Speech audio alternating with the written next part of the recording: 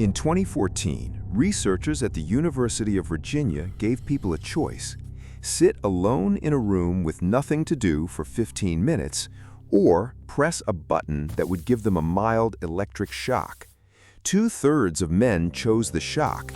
One man shocked himself 190 times. They weren't masochists, they were just people with a brain that would rather feel pain than nothing. That's the same brain reaching for your phone right now. Here's what that experiment actually proved. Your brain does not have an off switch. It was never built to be idle. For hundreds of thousands of years, a quiet mind was a dangerous mind. If you were sitting still, staring at nothing, something was wrong. Either you were sick or something was about to kill you. The brain learned to treat silence like a threat, so it invented restlessness, a low-level agitation that pushes you toward stimulation, toward movement, toward anything that feels like information. When nothing else is happening, the brain doesn't rest, it searches for threats, for social signals, for anything it can classify as useful. The men in that Virginia study weren't choosing pain over boredom, they were choosing sensation over the unbearable feeling of a brain with nothing to process. Your phone understood this before you did. In the early days of the internet, engagement was accidental. Platforms were built to be useful. Then someone noticed the data. Users weren't just using the platforms, they were returning to them compulsively, unpredictably.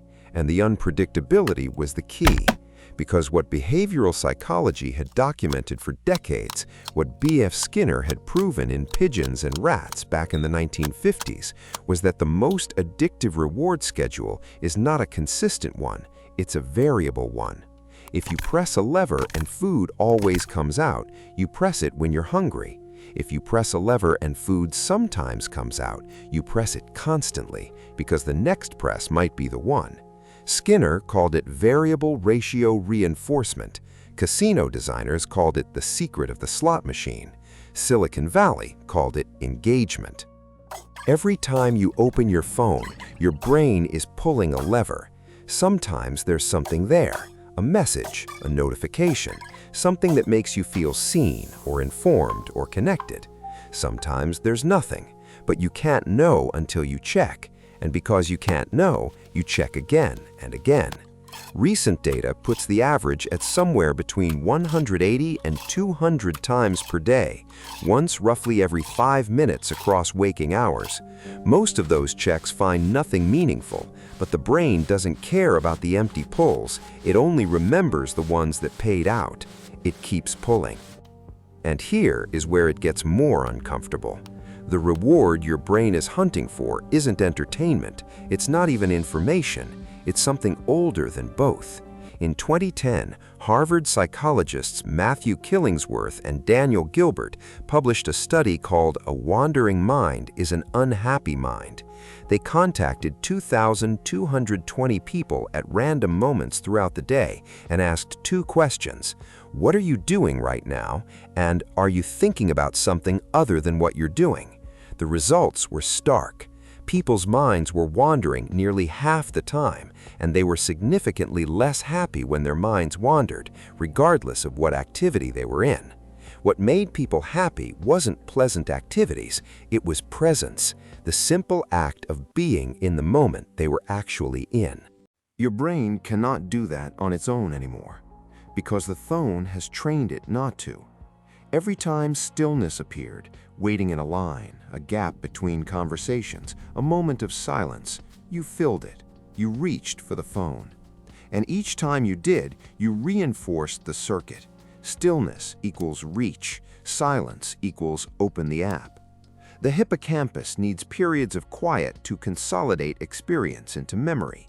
The prefrontal cortex requires sustained attention to stay sharp. Every fragmented check degrades both.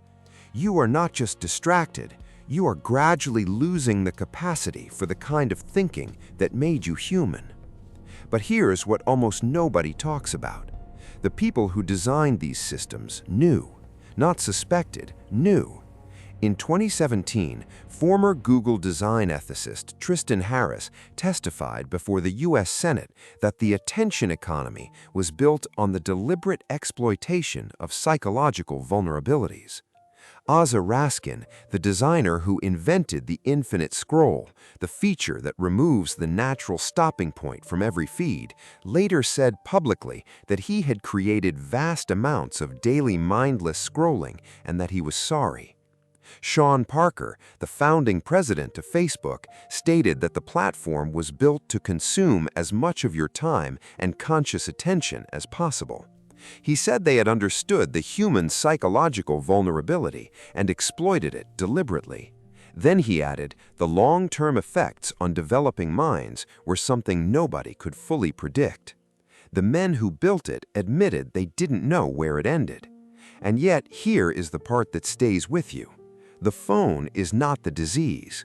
The phone is a mirror. It found something already in you. The restlessness, the hunger for stimulation, the inability to sit with silence. These things existed before the screen. The phone just gave them somewhere to go. In another era, that same energy went into conversation, into daydreaming, into the long, unfocused thinking that produces ideas nobody was trying to have. That capacity is still inside you, but it requires something most people have quietly lost the tolerance for: doing nothing. Not scrolling through nothing, not filling silence with noise, actual nothing. The kind your ancestors sat in around a fire, staring at flames, letting the mind move somewhere it hadn't been before. The Virginia study offered people 15 minutes of silence, and they couldn't take it. But what nobody reported on is what happened to the people who could, who sat with the discomfort, who let the restlessness rise and didn't reach for anything. Their minds, given no input, began generating output.